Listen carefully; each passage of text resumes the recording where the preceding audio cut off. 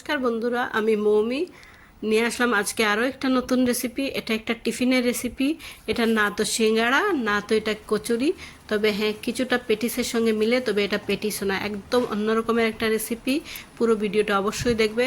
এখানে আমি ময়দা নিয়েছি 1 কাপ, নিয়ে ছেঁকে নিয়েছি, সাথে 2 কাপ দিয়েছি আটা, আর এখানে জৈন আর একটু কালো জিরে, নুন, লঙ্কা গুঁড়ো আর তেল দিয়ে ভালো করে ময়ান করে নিচ্ছি এটাকে। তো ময়ানটা খুব ভালো করে দিতে হবে। এরকম যখন দলা পাকিয়ে যাবে তখন ময়ানটা হয়ে গেল। এবার অল্প অল্প করে জল দিয়ে আটাটাকে মাখবো। তো আটার ডো তৈরি হয়ে গেল। এবার ঢাকা দিয়ে একটু রেস্টের জন্য রেখে দেব। এদিকে আলু নিয়ে নিয়েছি, আলুগুলোকে হাত দিয়ে ম্যাশ করে নিচ্ছি। এটা সিদ্ধ করা আলু, আগের থেকে সিদ্ধ করে রেখে দিয়েছিলাম। তো আলুতে দিয়ে দিচ্ছি একটু ধনে গুঁড়ো, গোটা জিরে, লঙ্কা গুঁড়ো, একটু গরম মশলা গুঁড়ো, আর এটা চাট মশলা, নুন। এবার দিয়ে দিচ্ছি পেঁয়াজ,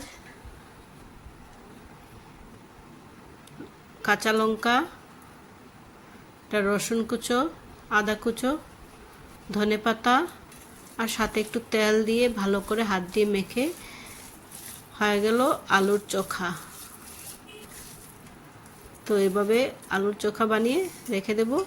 এবার ডোটাকে নেব, নিয়ে এখান থেকে কিছু পোর্শন আমি একটু বেশি বেশি করে বড় বড় করে আটা নেব। দেখো আটার গোলা বানিয়েছি একটু বড় বড় করে। তো তার মানে একটু বড় করে রুটি বানাবো, ওই জন্য একটু বড় করে আটার গোলা নিতে হবে।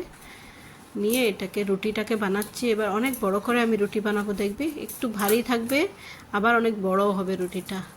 তো এখান থেকে আলু চোখা নিয়ে নিলাম কিছুটা, নিয়ে দিয়ে দিলাম রুটির মধ্যে, দিয়ে চামচের সাহায্যে এরকম আমি ছড়িয়ে দিলাম আলু চোখাটাকে। এবার দেখো একটু রোলের আকারে তৈরি করে নিচ্ছি। তো আমাদের রোলটা তৈরি হয়ে গেল। এবার চাকুর মাধ্যমে কেটে নিলাম।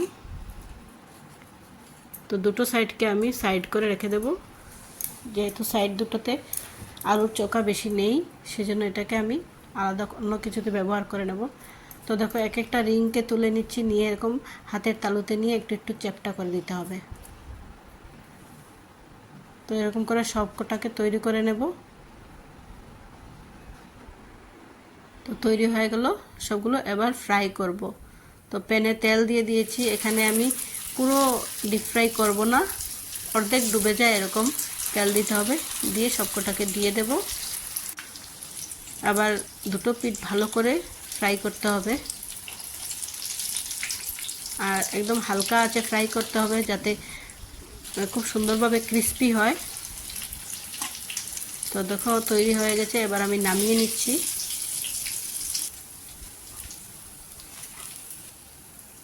এবার সবগুলো ভাজা হয়ে গেছে। তো এটাকে আমি ধনেপাতা চাটনির সাথে সার্ভ করেছি। তোমরা চাইলে এটা টমেটো কেচাপের সাথেও খেতে পারো। এটা দুর্দান্ত টেস্টি হয়েছিল। এটা না খেলে এটা টেস্ট বুঝবে না, পুরোই অন্যরকম একটা রেসিপি।